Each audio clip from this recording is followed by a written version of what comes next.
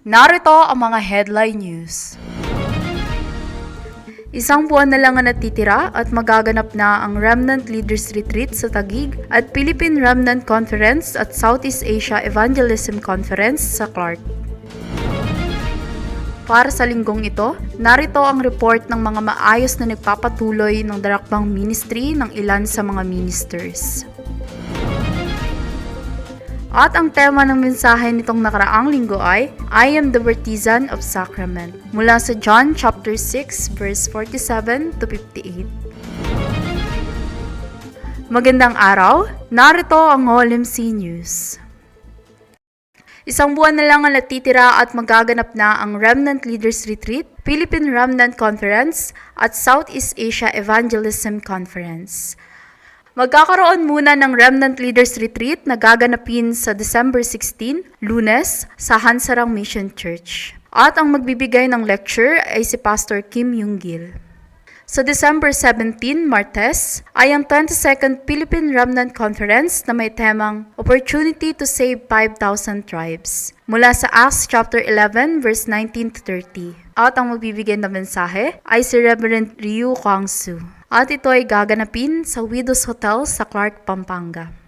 At kinabukasan ng December 18, Miyerkules ay 7th Southeast Asia Evangelism Conference na may temang 237 Opportunity mula sa Acts chapter 1 verse 1 to 8. At ang magbibigay rin ng mensahe ay si Reverend Ryu Kwang-soo at ito rin ay gaganapin sa Widows Hotel sa Clark, Pampanga. Ang registration ay nagsimula na noong November 1 at ito ay magpapatuloy hanggang ngayon. At ang last day na registration ay sa November 30. Noong nakaraang linggo ay bumisita ang mga staff para i-check ang Widows Hotel sa Clark. Patuloy nating isama sa ating mga panalangin ang paparating na mahalagang schedule na ito. Maayos na nagpapatuloy ang darakbang ministry ng ilan sa mga ministers. Para sa linggong ito, ang darakbang sa elementary ay tinitipon sa bahay ni Assistant Pastor Joan tuwing Martes ng 6:30 ng gabi at ipinahayag ang mensahe na nagmumula sa John 3:16. Ang darakbang sa Kalabinti ay tuwing Webes sa bahay ni Sister Pauline ng 12:30 ng tanghali at ipinahayag sa mensahe ni Assistant Pastor Joan ang Gospel Letter number 4 na bakit si Jesus lamang ang tanging daan para sa atin mula sa 1 John chapter 3 verse 8. Gayon din ipinahayag ang mensahe na mula sa ating pulpit na I am the Baptizan of Sacrament na mula naman sa John chapter 6 verse 47 to 58. Ang darakbang sa kasiglahan ay tuwing Webes rin ng 6 p.m. sa bahay ni Sister Jonalie. At ang mensaheng ipinahayag naman ni Assistant Pastor Joan ay mula sa New Life, New Living number 5 na How do you solve your personal pain? Mula sa 1 Peter chapter 5 verse 7 to 11. At ganun din ang pulpit message ngayong linggo. At ang field darakbang ministry ay sa Wawa at ang mga remnants at adults ay tinitipon tuwing linggo alas 3 ng hapon.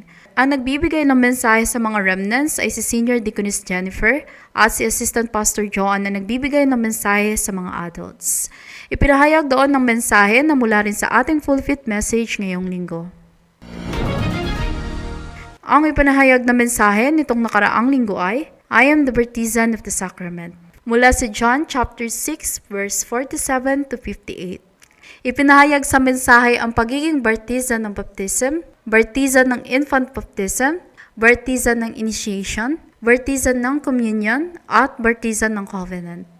Sa pamamagitan ng isinagawang baptism at communion worship na nakaraang linggo, ang pagkain ng tinapay ay sumisimbolo sa katawan ni Kristo, at ang pag-inom ng alak ay kumakatawan sa kanyang dugo. At ito ay sumisimbolo bilang pag-alala na si Jesus ay namatay sa krus at muling nabuhay at sa pamamagitan nito, dahil naranasan at tinanggap mo si Jesus bilang Kristo, ikaw ay nagkaroon na ng buhay. Announcement. Mamayang alas 2 ng hapon ay Teachers Devotion Worship Offering.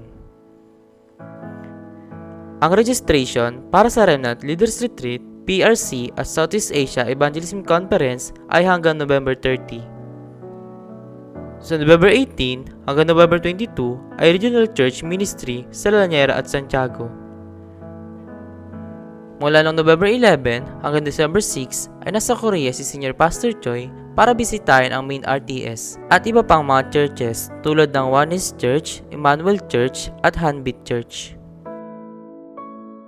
Sa December 8 ay 2025 Church Worker and Department Minister Appointment. Sa December 11 hanggang December 13 ay Southeast Asia Mission Center Evangelism Camp sa Clark. Ang PRC Leaders Retreat ay December 16, Lunes sa Hansarang Mission Church. At ang Philippine Remnant Conference ay December 17. At ang Southeast Asia Evangelism Conference ay December 18. Nawa, sa linggong ito, ating napanghawakan ang pagiging bartizan ng tiyak na tipan sa pamamagitan ng baptism at sacrament. At dito nagtatapos ang OLMC News. Maraming salamat.